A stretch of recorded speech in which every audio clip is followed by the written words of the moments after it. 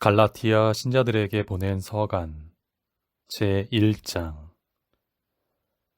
사람들에게서도 또 어떤 사람을 통해서도 파견된 것이 아니라 예수 그리스도와 그분을 죽은 이들 가운데에서 일으키신 하느님 아버지를 통해서 파견된 사도인 나 바오로가, 그리고 나와 함께 있는 모든 형제가 갈라티아의 여러 교회에 인사합니다.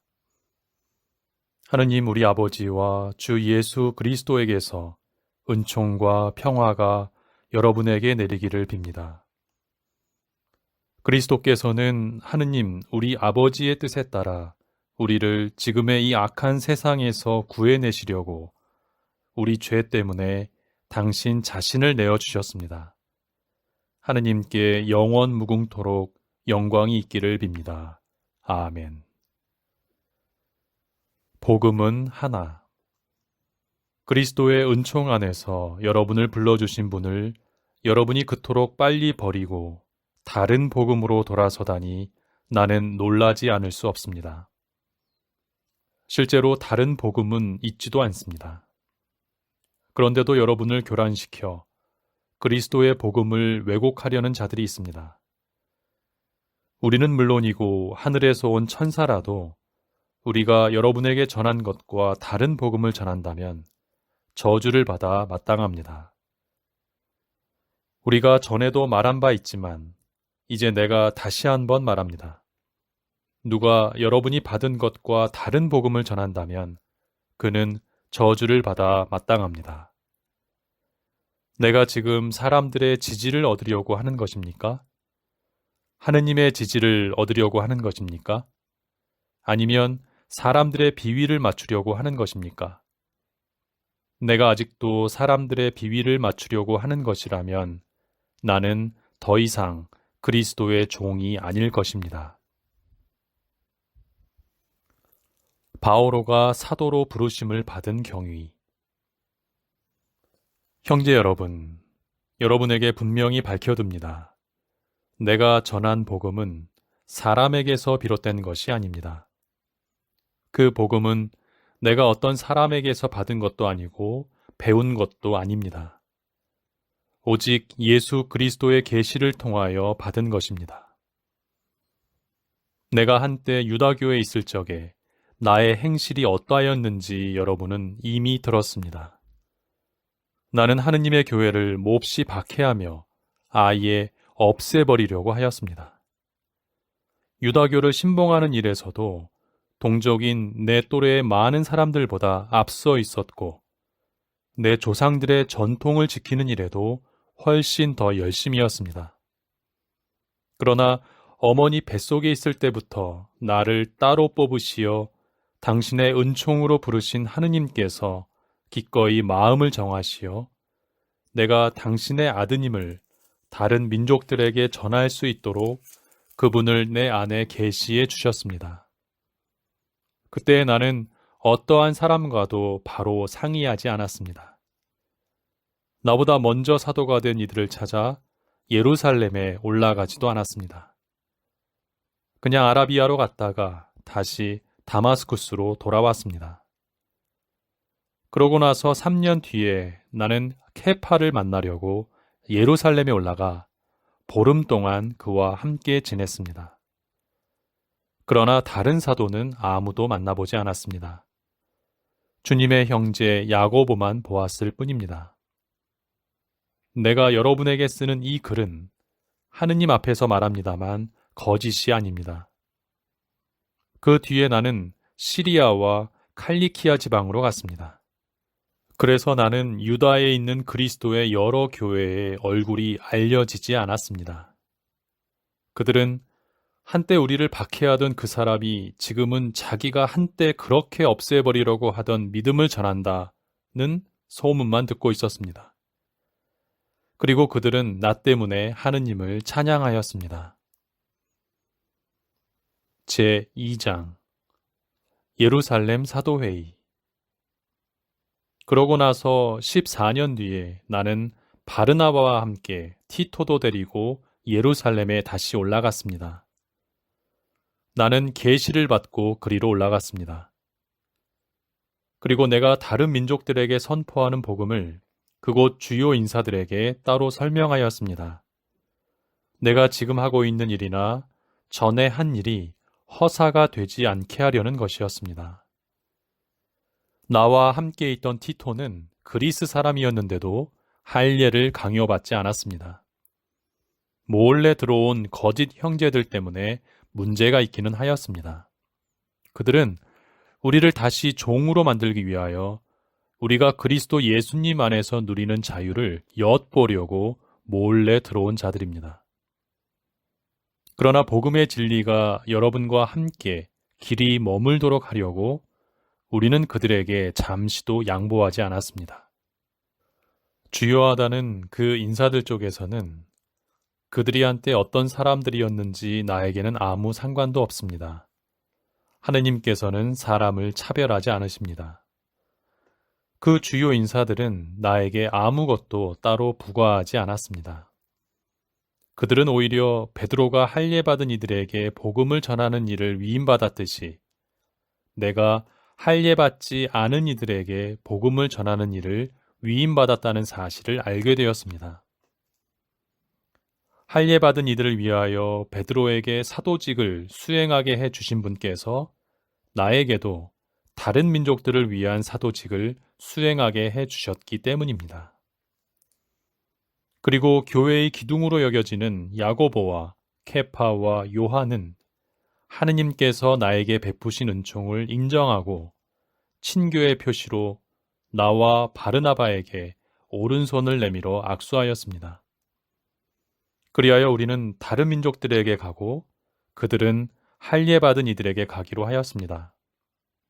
다만 우리는 가난한 이들을 기억하기로 하였고 나는 바로 그 일을 열심히 해왔습니다. 바오로가 베드로를 나무라다. 그런데 케파가 안티오키아에 왔을 때 나는 그를 정면으로 반대하였습니다. 그가 단죄받을 일을 하였기 때문입니다. 야고보가 보낸 사람들이 오기 전에는 다른 민족들과 함께 음식을 먹더니 그들이 오자 할례받은 자들을 두려워한 나머지 몸을 사리며 다른 민족들과는 거리를 두기 시작하였던 것입니다. 나머지 유다인들도 그와 함께 위선을 저지르고 바르나바까지도 그들과 함께 위선에 빠졌습니다. 그러나 나는 그들이 복음의 진리에 따라 올바른 길을 걷지 않는 것을 보고 모든 사람 앞에서 케파에게 말하였습니다.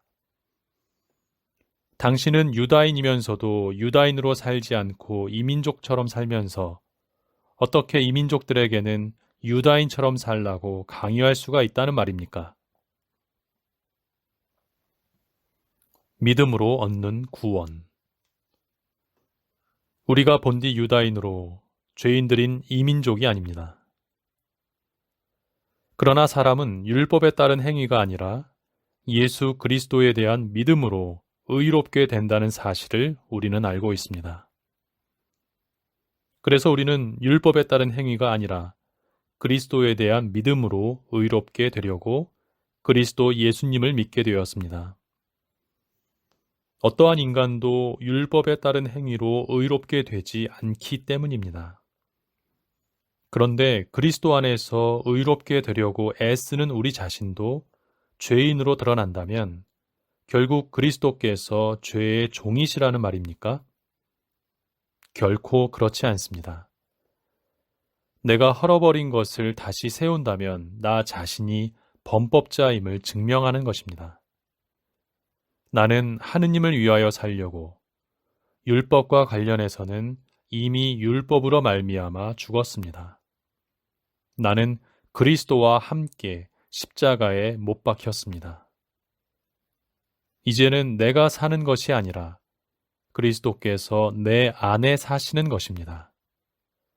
내가 지금 육신 안에서 사는 것은 나를 사랑하시고 나를 위하여 당신 자신을 바치신 하느님의 아드님에 대한 믿음으로 사는 것입니다. 나는 하느님의 은총을 헛되게 하지 않습니다. 그런데 율법을 통하여 의로움이 온다면 그리스도께서 헛되이 돌아가신 것입니다. 제3장 율법과 성령. 어리석은 갈라티아 사람들이여.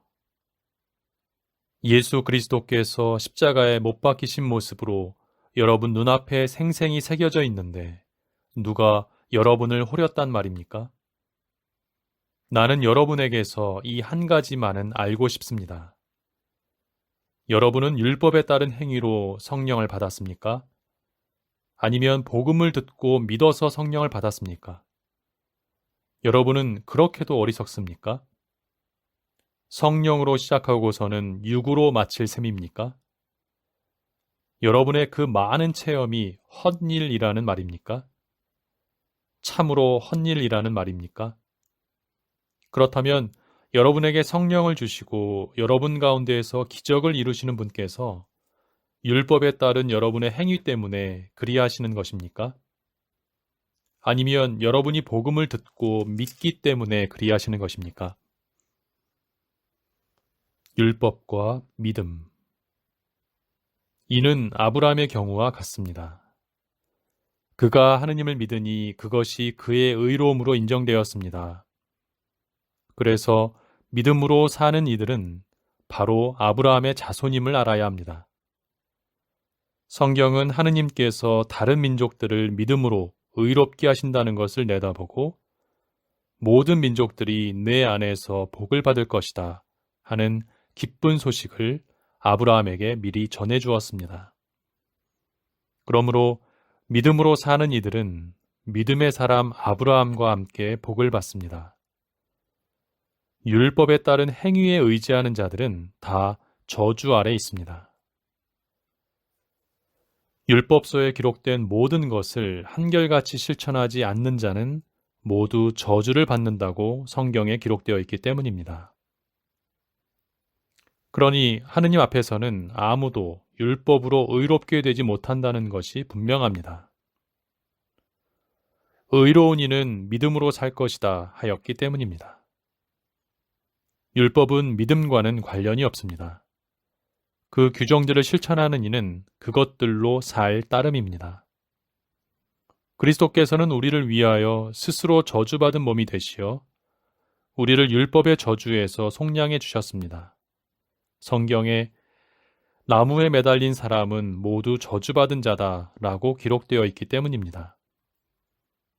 그리하여 아브라함에게 약속된 복이 그리스도 예수님 안에서 다른 민족들에게 이르러 우리가 약속된 성령을 믿음으로 받게 되었습니다. 율법과 약속. 형제 여러분, 내가 인간의 관리에 따라 이야기해 보겠습니다. 한 사람의 유언도 옳게 작성된 것이면 아무도 폐기하거나 무엇을 첨가할 수가 없습니다. 하느님께서 아브라함과 그의 후손에게 약속을 해주셨습니다. 그런데 많은 사람을 뜻하는 후손들에게가 아니라 한 사람을 뜻하는 너의 후손에게라고 하셨습니다. 이분이 곧 그리스도이십니다.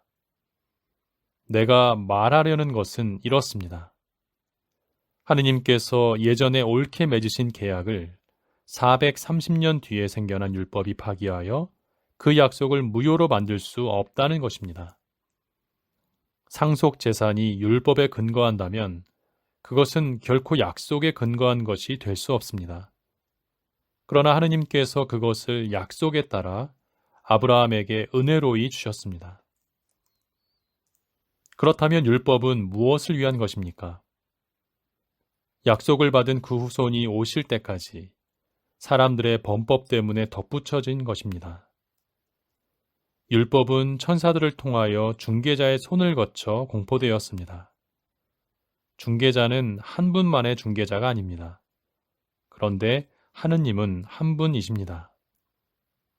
그렇다면 율법이 하느님과의 약속과 반대된다는 말입니까? 결코 그렇지 않습니다. 만일 생명을 가져다 줄 수 있는 율법을 우리가 받았다면 분명 의로움도 율법을 통하여 왔을 것입니다. 그러나 성경은 모든 것을 죄 아래에 가두어 놓았습니다. 그리하여 예수 그리스도에 대한 믿음을 통하여 믿는 이들이 약속을 받게 되었습니다. 믿음이 오기 전에는 우리가 율법 아래 갇혀 믿음이 계시될 때까지 율법의 감시를 받아왔습니다. 그리하여 율법은 우리가 믿음으로 의롭게 되도록 그리스도께서 오실 때까지 우리의 감시자 노릇을 하였습니다. 그러나 믿음이 온 뒤로 우리는 더 이상 감시자 아래 있지 않습니다. 여러분은 모두 그리스도 예수님 안에서 믿음으로 하느님의 자녀가 되었습니다. 그리스도와 하나 되는 세례를 받은 여러분은 다 그리스도를 입었습니다. 그래서 유다인도 그리스인도 없고 종도 자유인도 없으며 남자도 여자도 없습니다. 여러분은 모두 그리스도 예수님 안에서 하나입니다. 여러분이 그리스도께 속한다면 여러분이야말로 아브라함의 후손이며 약속에 따른 상속자입니다. 제4장 종살이에서 자유로. 내가 말하려는 것은 이렇습니다. 상속자는 모든 것의 주인이면서도 어린 아이일 때는 종과 다를 것이 없습니다. 아버지가 정해놓은 기한까지는 후견인과 관리인 아래에 있습니다. 이처럼 우리도 어린아이였을 때에는 이 세상의 정령들 아래에서 종살이를 하였습니다. 그러나 때가 찾아 하느님께서 당신의 아드님을 보내시어 여인에게서 태어나 율법 아래 놓이게 하셨습니다. 율법 아래에 있는 이들을 속량하시어 우리가 하느님의 자녀되는 자격을 얻게 하시려는 것이었습니다. 진정 여러분이 자녀이기 때문에 하느님께서 당신 아드님의 영을 우리 마음 안에 보내주셨습니다. 그 영께서 아빠, 아버지 하고 외치고 계십니다. 그러므로 그대는 더 이상 종이 아니라 자녀입니다. 그리고 자녀라면 하느님께서 세워주신 상속자이기도 합니다. 종살이로 돌아가지 마라. 전에 여러분이 하느님을 알지 못할 때에는 본디 신이 아닌 것들에게 종살이를 하였습니다. 그러나 지금은 하느님을 알게 되었습니다. 아니, 하느님께서 여러분을 알아주셨습니다. 그런데 여러분은 어떻게 그 약하고 초라한 정령들에게 돌아갈 수가 있습니까? 그것들에게 다시 종살이를 하고 싶다는 말입니까? 여러분은 날과 달과 절기와 해를 잘도 지킵니다. 내가 여러분을 위하여 애쓴 것이 헛일이 되지 않을까 두렵습니다. 형제 여러분, 내가 여러분에게 간청합니다. 내가 여러분과 같이 되었으니 여러분도 나와 같이 되십시오. 여러분은 나에게 잘못한 적이 없습니다. 여러분도 알다시피 나는 육신의 병이 계기가 되어 여러분에게 처음으로 복음을 전하게 되었습니다. 그때 내 육신의 상태가 여러분에게는 하나의 시련이었지만 여러분은 나를 업신여기지도 않았고 역겨워하지도 않았습니다. 오히려 나를 하느님의 천사처럼 그리스도 예수님처럼 받아들였습니다. 그런데 행복을 느끼던 여러분의 그 마음은 어디로 갔습니까?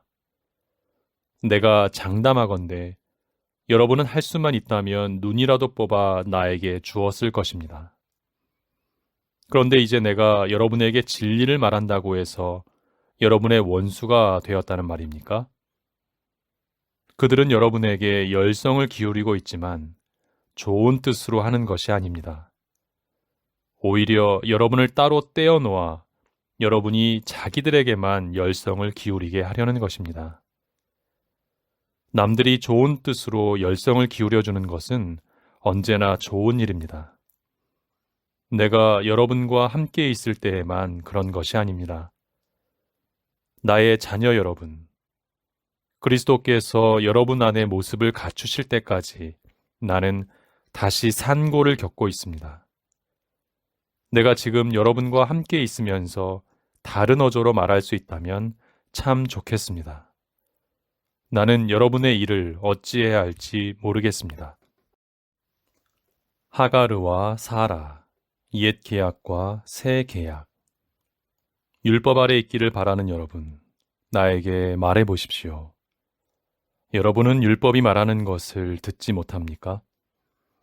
아브라함에게 두 아들이 있었는데 하나는 여종에게서 났고 하나는 자유의 몸인 부인에게서 났다고 기록되어 있습니다.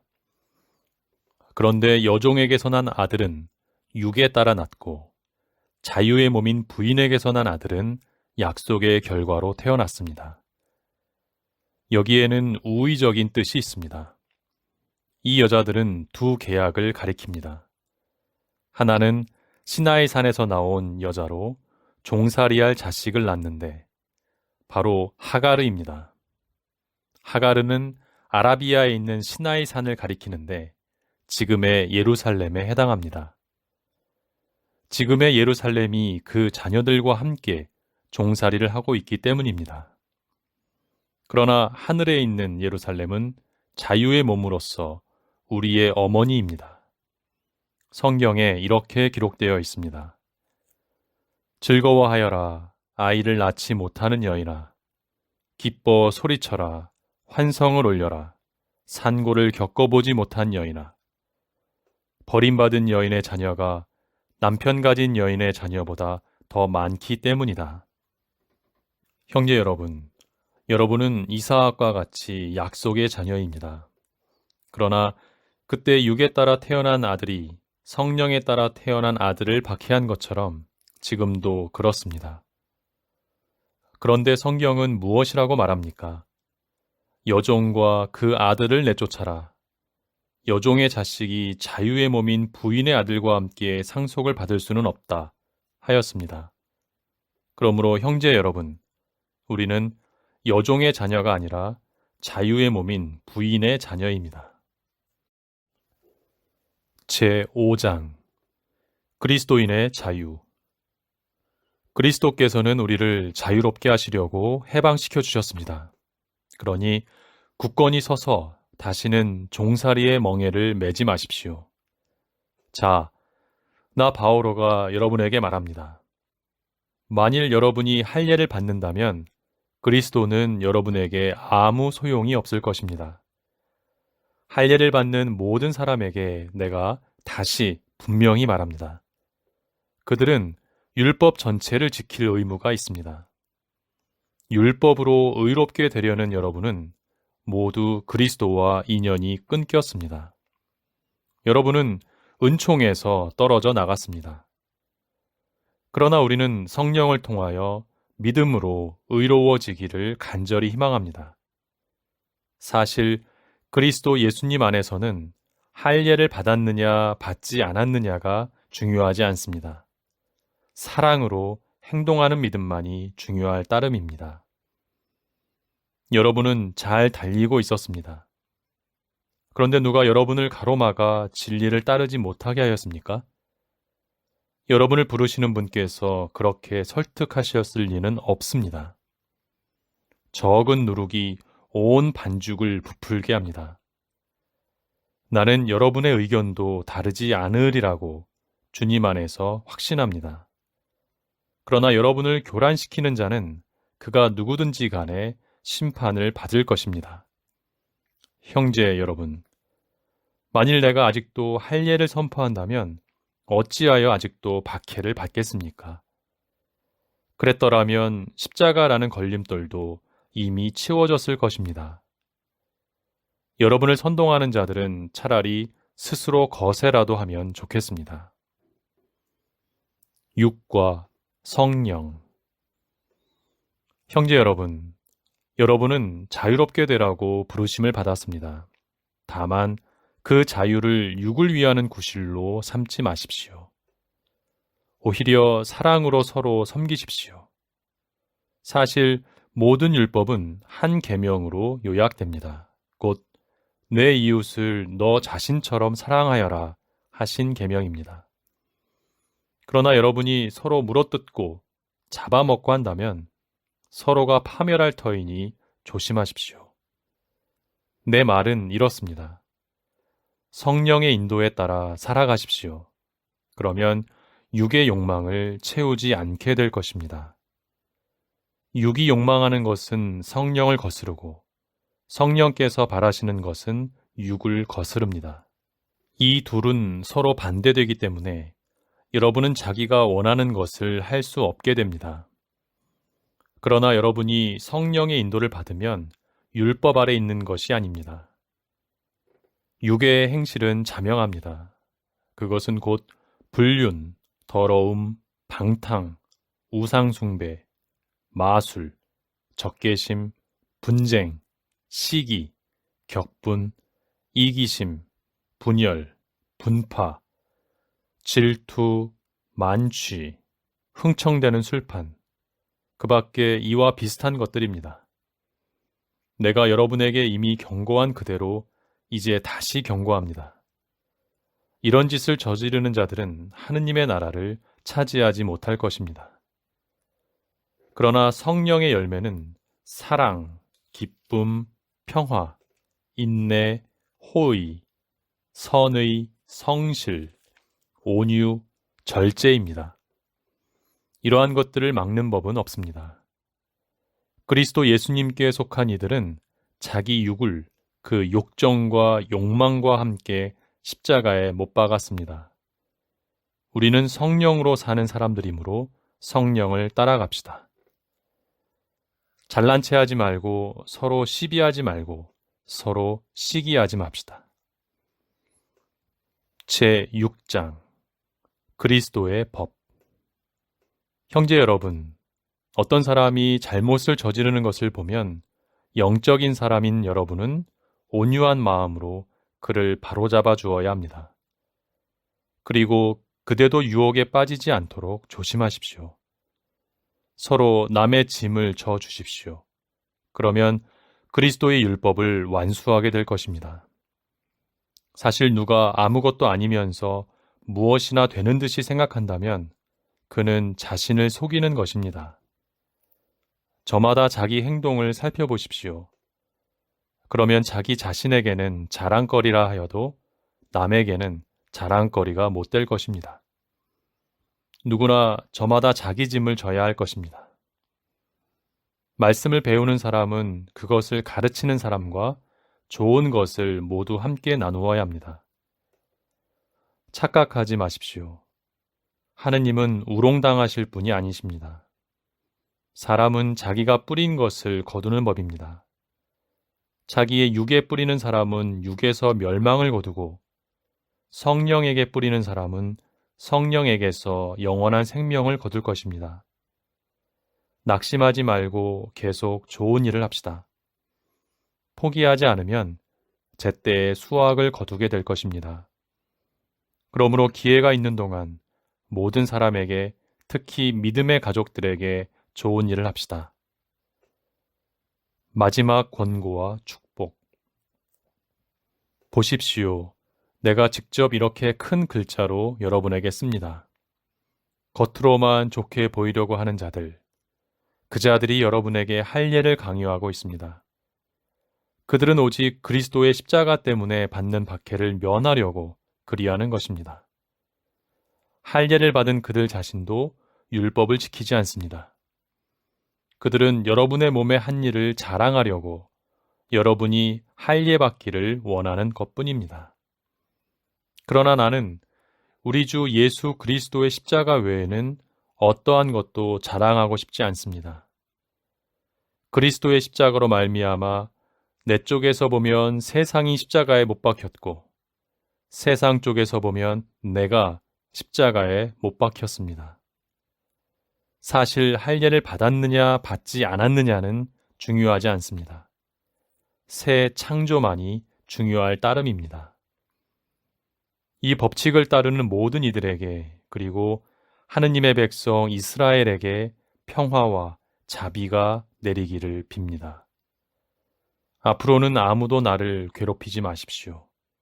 나는 예수님의 낙인을 내 몸에 지니고 있습니다. 형제 여러분, 우리 주 예수 그리스도의 은총이 여러분의 영과 함께하기를 빕니다. 아멘.